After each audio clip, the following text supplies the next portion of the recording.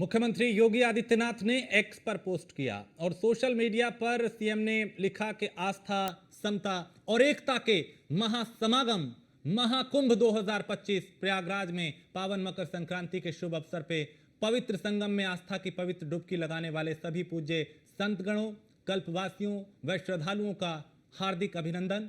प्रथम अमृत स्नान पर्व पे आज 3.5 करोड़ से अधिक पूज्य संतों, श्रद्धालुओं ने अविरल निर्मल त्रिवेणी में स्नान का पुण्य लाभ अर्जित किया और प्रथम स्नान पर्व के सकुशल संपन्न होने पे सनातन धर्म के आधार सभी पूज्य अखाड़ों, महाकुंभ मेला प्रशासन, स्थानीय प्रशासन, पुलिस प्रशासन, स्वच्छता कर्मियों, स्वयंसेवी संगठनों एवं धार्मिक संस्थाओं, नाविकों व महाकुंभ से जुड़े केंद्र व प्रदेश सरकार के सभी विभागों को हृदय से साधुवाद व प्रदेशवासियों को बधाई।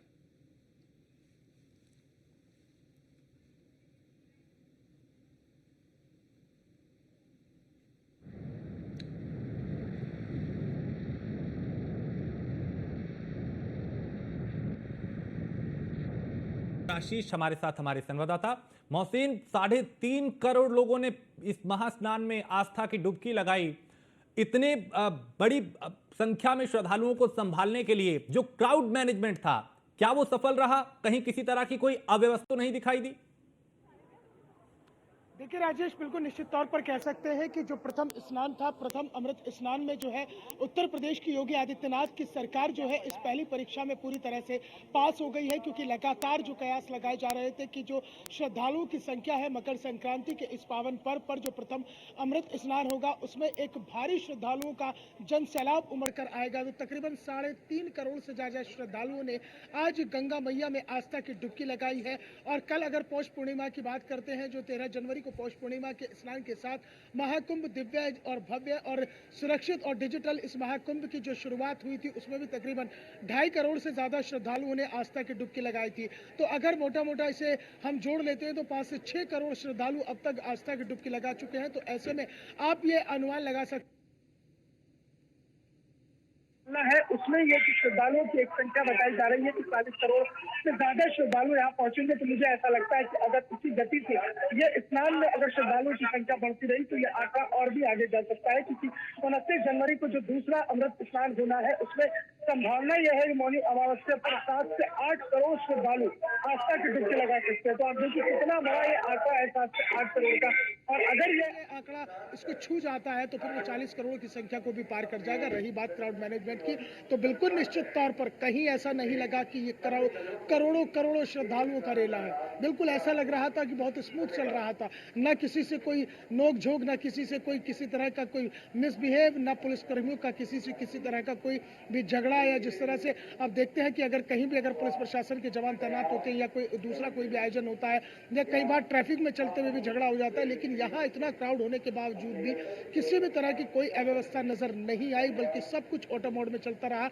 और देखिए राजेश, यहाँ अध्यात्म की नगरी में आकर जो आस्था का एक महासमागम हुआ है, उस अध्यात्म के साथ जो उत्तर प्रदेश पुलिस जुड़ी है वो उसका भी मन परिवर्तित हो गया। मन इतना परिवर्तित हुआ है कि यहाँ आस्था और अध्यात्म के इस महाकुंभ में आकर की हर कोई उत्तर प्रदेश पुलिस की तारीफ कर रहा है, क्योंकि लगातार वो पुलिस के रूप में नहीं बल्कि एक मित्र के रूप में लगातार श्रद्धालुओं की सहायता कर रहे, चाहे वो रास्ता बताना हो, चाहे वो उन्हें उन सुविधाओं को बारे में जानकारी देना हो जो सुविधाएं उत्तर प्रदेश सरकार की ओर से महाकुंभ में आने वाले श्रद्धालुओं को दी जा रही है। तो कुल मिलाकर सारी तस्वीर बदली हुई नजर आई है इस पहले अमृत स्नान पर, और उसी की जो बानगी है वो देखने के लिए मिली है। यहाँ पर उत्तर प्रदेश की योगी आदित्यनाथ की सरकार ने जिस तरह से इंतजाम किया और ग्राउंड पर उतारा है, वो सुरक्षा के लिहाज से भी पूरी तरह से चाक चौबंद व्यवस्थाएं थी। अगर मैं घाटों की बात करता हूँ, अरैल घाट, संगम घाट को 2 हिस्सों में बांटा गया था। एक हिस्से में जितने भी अखाड़े थे वो सभी स्नान कर रहे थे। 13 अखाड़ों ने स्नान किया। सुबह तकरीबन 5:21 पर अखाड़ों ने स्नान करना शुरू किया था और ये स्नान करने का सिलसिला दोपहर जो है बाद 4:40 तक चलता रहा। जबकि जो दूसरा हिस्सा संगम घाट पर था वहां पर श्रद्धालु जो है, जो आम श्रद्धालु थे, वो आराम से स्नान कर रहे थे। इसके अलावा अखाड़ा क्षेत्र में जो सेक्टर 20, सेक्टर 16, सेक्टर 19, सेक्टर 7 और 8, 10, 5 ये जितने भी सेक्टर बने हुए थे, जो पेंटोन ब्रिज की तरफ से रास्ते जा रहे थे, वहां पर भी जो कच्चे घाट बनाए गए थे वहां पर भी आराम से श्रद्धालुओं ने स्नान किया है। और स्नान करते हुए जो सुरक्षा के जितने भी पैमाने होते हैं उन सुरक्षा के पैमानों पर प्राधिक उसने अपनी अपनी चाक चौबंद व्यवस्था की हुई थी।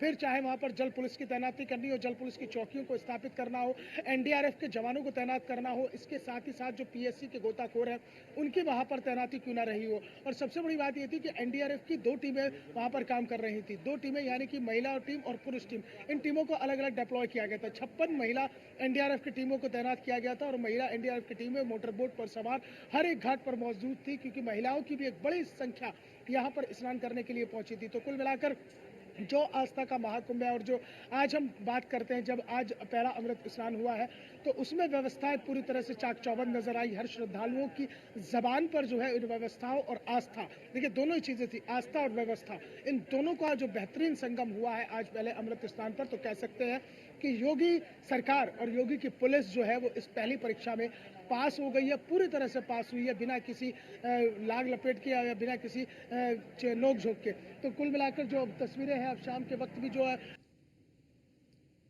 लगभग सभी श्रद्धालु स्नान कर चुके हैं और धीरे धीरे जो है श्रद्धालु अब अपने गंतव्य की तरफ जी बढ़ रहे हैं। अब इस वक्त जो मेरी मौजूदगी है वो बड़े हनुमान जी मंदिर की ओर जो जाने वाला रास्ता है सेक्टर 4 का, जिसे संगम मार्ग भी कहा जाता है, उस संगम मार्ग से ये जो तमाम आप श्रद्धालु देखेंगे जो एक एक करके यहाँ से निकल रहे हैं वो सभी गंगा में स्नान कर चुके हैं। हालांकि जो बड़े हनुमान जी मंदिर है और लेटे हुए हनुमान जी मंदिर है वहाँ पर आज दर्शन नहीं हुए हैं। मंदिर को बंद किया गया था सुरक्षा के लिहाज से, क्योंकि करोड़ों की संख्या में यहाँ पर श्रद्धालु आए थे, तो उस लिहाज से जो है मंदिर को बंद किया गया था। बड़े महाराज जी ने ये फैसला किया था, निर्णय लिया था, क्योंकि देखिए ये जो बड़े हनुमान जी मंदिर और लेटे हुए हनुमान जी मंदिर का रास्ता है ना, ये रास्ता अगर यहाँ पर वो करोड़ों की श्रद्धालुओं की भीड़ आ जाती तो फिर उसे यहाँ पर व्यवस्थित करना बहुत मुश्किल हो जाता। तो एक बहुत बड़ी चुनौती थी, जिसको लेकर जो मेला प्रशासन है उसने जो है मंदिर प्रशासन से बातचीत की थी और उसके बाद में जो है दोनों मंदिरों को बंद कर दिया गया था। हालांकि बड़े हनुमान जी मंदिर और लेटे हुए हनुमान जी मंदिर में जो दर्शन होंगे वो कल से दर्शन शुरू हो जाएंगे, यानी कि 15 जनवरी से जो है वो मंदिर पूरी तरह से खोल दिए जाएंगे। और देखेंगे कि जो श्रद्धालु हैं बहुत दूर दराज से आए हैं और यहाँ पर आने के बाद जो है उन्होंने जो यहाँ का गंगा माँ का आचमन किया है, जो यहाँ के दर्शन किए हैं, वो दिव्य दर्शन उन्हें वाकई अलौकिकता प्रदान कर रहे हैं। और देखिए राजेश, उत्तर प्रदेश के मुख्य जी मोहसिन, मैं लौटता हूं, थोड़ा सा नेटवर्क इशू है, मैं लौटता हूं आपके पास। आशीष, आप जहां पे हैं वहां अभी किस तरह का नजारा, चूंकि श्रद्धालु सुबह से उन्होंने आस्था के डुबकी लगाई, करीब 3.5 करोड़ श्रद्धालु ऐसे, इस वक्त किस तरह की हलचल वहां पे दिखाई दे रही है, चूंकि शाम होने को है? देखिए, जो सिलसिला हुआ तो वो संक्रांति का काफी स्नान में किया। आज अखाड़ा जो है वहाँ पे अमृत स्नान किया। साथ में अगर देखा जाए तो कल्पातियों ने भी यहाँ पे आज से अपना 45 दिन का जो व्रत होता है वो शुरू किया। आज से कल्पाती यहाँ पे स्नान करके अपने पुरोहित और साधु संतों से एक संकल्प लेकर के आज से 45 दिन वो वहाँ पे स्नान करेंगे और दिन में एक बार पूजन करेंगे। कहीं अगर हम अखाड़ों के जो साधु संतों के स्नान अमृत स्नान की बात करें और कहीं कल्पाती जो यहाँ पे 45 दिन रहेंगे और साथ में देश विदेश और अगर से जो लोग आए थे यहाँ पे तो करोड़ों की संख्या थी। जाहिर बात है कल जो पौष पूर्णिमा का स्नान था वहां के कुछ लोग आए थे जो कि दोनों स्नान करने के लिए रुक गए थे और आज का आंकड़ा जो था वो भी आश्चर्यचकित था कि 3.5 करोड़ के आसपास बताया जा रहा है। जो कि अभी भी अगर हम बात करें तो पौष पूर्णिमा की रात से लेकर के आज कल रात में भी इसी तरह लगातार श्रद्धालु गंगा मैया के स्नान कर रहे थे। और साथ में अभी अगर आपकी बात करें तो आज का स्नान जाहिर बात है सरकार मैनेजमेंट पास हुआ है, क्योंकि कारण क्या है कि इतनी तादाद में करोड़ों की तादाद में यहाँ पे श्रद्धालु पहुंचे, जो कि 3.5 करोड़ जो भी लगभग जो कल 1 करोड़ 60 लाख का औसत था, कहीं ना कहीं अगर वो जोड़ा भी जाए तो 4 से 4.5 करोड़ 5 करोड़ के आसपास आज लोग यहाँ पे रहे होंगे। अगर बात करें तो कहीं ना कहीं योगी सरकार की जो मैनेजमेंट था, जो सरकारी मशीनरी थी, अगर सुरक्षा की बात करें, हर विभाग की करें, सभी विभागों की करें, तो कहीं ना कहीं ऐसा उन्होंने रूपरेखा खींच रखी थी। पिछले जो साल भर से तैयारियां चल रही थी, कहीं ना कहीं आज योगी सरकार का जो ठीक है आशीष, बिल्कुल मैं लौटता हूं। मोहसिन, चूंकि आप जहां पे हैं वहां की व्यवस्थाएं दिखाई दे रही है, बड़ी संख्या में जो श्रद्धालु हैं, शायद आप अपने गंतव्य की ओर जा रहे हैं, अगर संभव हो पाए तो कोशिश करें उनसे बात हो पाए और वहां का कुछ तस्वीरें दिखाएं।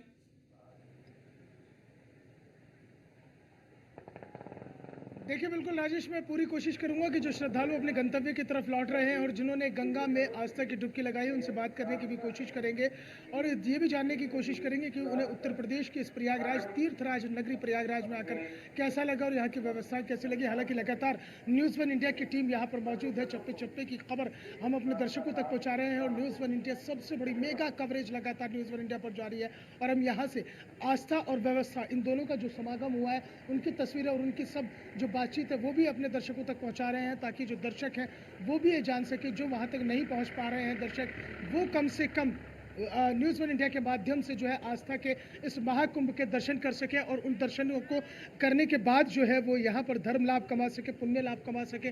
तो ये एक बहुत बड़ा जो एक सनातनी परंपरा है उस परंपरा का हिस्सा बनने के लिए जो तमाम श्रद्धालु हैं जो दूर दराज से आ रहे हैं, उत्तर प्रदेश के अलग अलग ज़िलों से यहाँ पर पहुँचे हैं, इसके अलावा देश के कोने कोने से यहाँ पर श्रद्धालु पहुँचे हैं, वो यहाँ पर पहुँचने के बाद जो है उन्होंने आस्था की डुबकी लगाई है। विदेशों से भी यहाँ श्रद्धालुओं का एक सैलाब उमड़ कर आया है, तो यहाँ पर काफ़ी श्रद्धालु हैं जो इस वक्त अपने गंतव्य की तरफ लौट रहे हैं। हम उनसे बात करेंगे और बात करने की कोशिश करेंगे और ये जानने की कोशिश करेंगे कि आखिरकार उन्हें यहाँ आकर कैसा लगा। आप लोग कहाँ से आए हैं? हम लोग यहीं लोकल के। अच्छा, आप प्रयागराज से। तो ये बताइए इस महाकुंभ को देखकर कैसा लग रहा है, ये दिव्य और जो भव्य दर्शन हुए? बहुत अच्छा लग रहा है।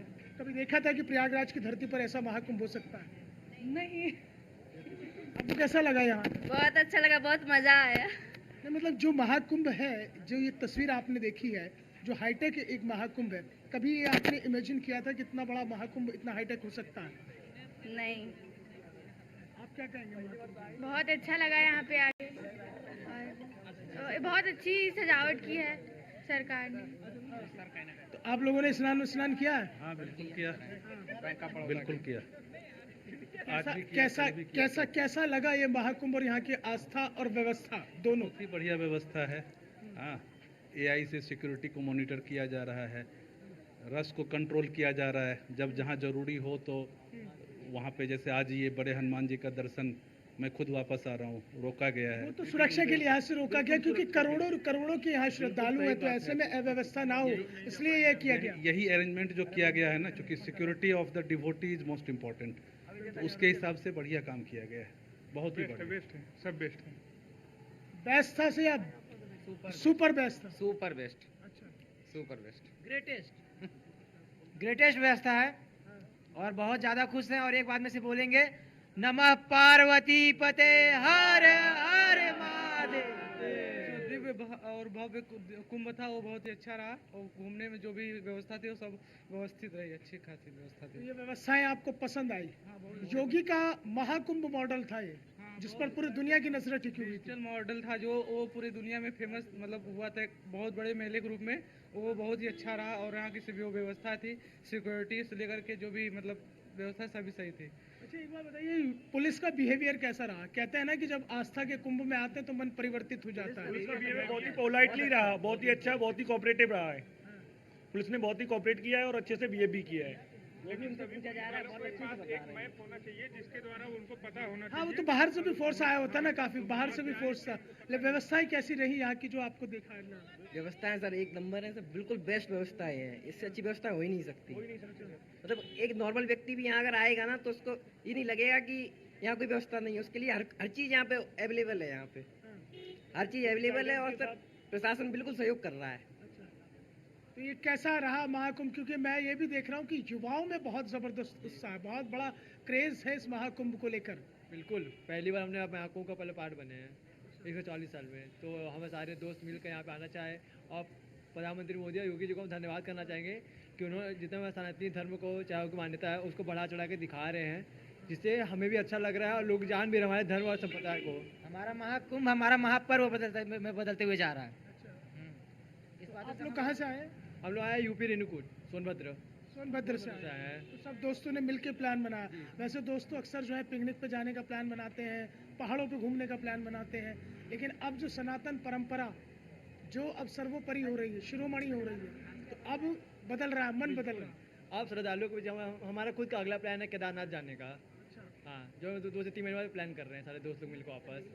महाकुंभ हृदय परिवर्तन तो कर ही रहा है, सनातन की ताकत का, शक्ति का भी एहसास करा रहा है। लेकिन आज की अगर मैं बात करूं, अमृत स्नान 3.5 करोड़ से ज़्यादा श्रद्धालुओं ने आस्था की डुबकी लगाई है, तो ये आस्था और व्यवस्था का संगम आपको कैसा लगा? बहुत अच्छा लगा और बहुत अच्छी व्यवस्था की है हमारी मोदी जी, योगी जी ने। और देश जो है बहुत तरक्की कर रहा है, विकास कर रहा है योगी जी, मोदी जी के नेतृत्व में। और जो नई जनरेशन है उसको भी बहुत प्रेरणा मिल रही है। ये जो व्यवस्थाएं बनाई हैं तो बहुत सी नई जनरेशन प्रेरित हो रही है इसकी तरफ। जो पिकनिक पे जाते थे, इधर उधर जाते थे, उससे हटके अब हमारे लोग इधर आना शुरू हो रहे हैं। तो काफ़ी अच्छी व्यवस्थाएं करी है। अगर मैं आपसे पूछूं कि यहाँ पर इस महाकुंभ के जो आगाज़ हुआ, जो प्रथम अमृत स्नान हुआ, अगर मैं आपसे कहूँ कि कौन सी बड़ी वो खासियत है जो आपको बहुत पसंद आ गई महाकुंभ? एकता, एकता सबसे बड़ी ताकत है। एकता, जहाँ सनातनियों की एकता दिखाई दे रही है। एक रहेंगे तो सेफ रहेंगे। एक रहेंगे तो सेफ रहेंगे, बिल्कुल। उनका नारा हाँ सच हो रहा है, एक रहेंगे तो सेफ रहेंगे। नारा उनका काम कर रहा है, एक रहेंगे तो सेफ रहेंगे, उसका प्रतीक भी है और ये दिखाई भी दे रहा है लोगों को। और आगे आने वाले समय में भी और ज़्यादा भीड़ होने की संभावना दिखाई दे रही है। इससे संदेश ये जाता है कि सनातनी फिर इकट्ठा हो रहे हैं। सनातन का झंडा बुलंद हो रहा है, सनातन इकट्ठे हो रहे हैं, क्योंकि सनातन एक सामाजिक सोच है। और सामाजिक सोच के बारे में कहा जाता है कि जब आप समाज के बारे में सोचते हैं तो सनातनी सामाजिक प्राणी हो जाता है। और जब कोई दूसरा व्यक्ति किसी दूसरे संप्रदाय या समुदाय विशेष जी होता है तो बिल्कुल मोहसिन, यहाँ पे सुविधाओं को लेके श्रद्धालु संतुष्ट नजर आ रहे हैं। आशीष, चूंकि जिस तरह की तैयारियां थी, वाकई पहले स्नान के बाद वो सफल होती हुई दिखाई दी? जी बिल्कुल, वो कहीं ना कहीं क्योंकि मकर संक्रांति का इतना बड़ा स्नान, क्योंकि उधर अखाड़ों का भी आज स्नान था, अखाड़ों को रूप परिवर्तन कर रखा था, उनके स्नान घाट अलग करे गए थे, उनको वो सुरक्षा व्यवस्था वहाँ की जो, क्योंकि वो सबसे बड़ी सुरक्षा व्यवस्था थी, क्योंकि साधु संतों का इसको लेकर एक रूपरेखा पहले से भी खींची गई थी। लेकिन जैसे ही हम लोग कल रात को जो अपनी news India team ground report पे कल हम लोग वहां पे थे, लेकिन जो सुरक्षा का ढांचा था वो कहीं ना कहीं कल दिख रहा था। रात की जो व्यवस्था है, क्योंकि बाहर से श्रद्धालु लगातार आ रहे थे, जो लाखों करोड़ों की कहीं लाखों की संख्या में थे, जो करोड़ में तब्दील हो गए आज, तो वो कहीं ना कहीं एक बहुत बड़ा जनसमूह था, आस्था का बहुत बड़ा जनसमूह था। तो कहीं ना कहीं ये कोई एक दिन की 2 दिन की तैयारी नहीं है। ये उत्तर प्रदेश सरकार ने जो लगभग 1 साल से जो तैयारियां कर रही थी, तो कहीं ना कहीं वो प्रयागराज शहर की बात करें तो कहीं ना कहीं चौड़ीकरण, नए नए ब्रिज और जिस तरह का सुंदरीकरण शहर के अंदर किया, क्योंकि जाहिर सी बात है कि जिनको जो श्रद्धालु आ रहे थे वो शहर से, प्रयागराज शहर से होके ही बाघ मेला क्षेत्र यानी महाकुंभ क्षेत्र में आ रहे थे। तो जाहिर सी बात है कि शहर, अब की बार उत्तर प्रदेश सरकार ने ना कि महाकुंभ का विकास किया और महाकुंभ में व्यवस्थाएं की, साथ उसी के बराबर प्रयागराज शहर को भी उन्होंने सुंदरीकरण किया, चौड़ी करके। इसका बहुत बड़ा लाभ ये मिला कि जो भी लोग परिवहन निगम की गाड़ियों से आते, रेलवे से आ रहे थे, एयरपोर्ट से आ रहे थे, उनको बहुत आसानी से महाकुंभ तक जो क्षेत्र है वहां पहुंचने में। तो जाहिर सी बात है कि जो रूपरेखा उत्तर प्रदेश सरकार ने पिछले 1 साल मेहनत कर रहे, जो अधिकारी मौके कर रहे थे, और जिस तरह की मुख्यमंत्री की नजर महाकुंभ को लेकर थी, और बिल्कुल, और मुख्यमंत्री खुद 1 महीने में 7-8 बार यहाँ पे पहुंचे थे व्यवस्थाओं का जायजा लेने के लिए। आप दोनों का बहुत शुक्रिया, नजर बनाए रखे, फिर अपडेट लेंगे। फिलहाल शुक्रिया, और यहाँ छोटे से ब्रेक के लिए रुकेंगे। आप बने रहिए न्यूज़ 1 इंडिया के साथ।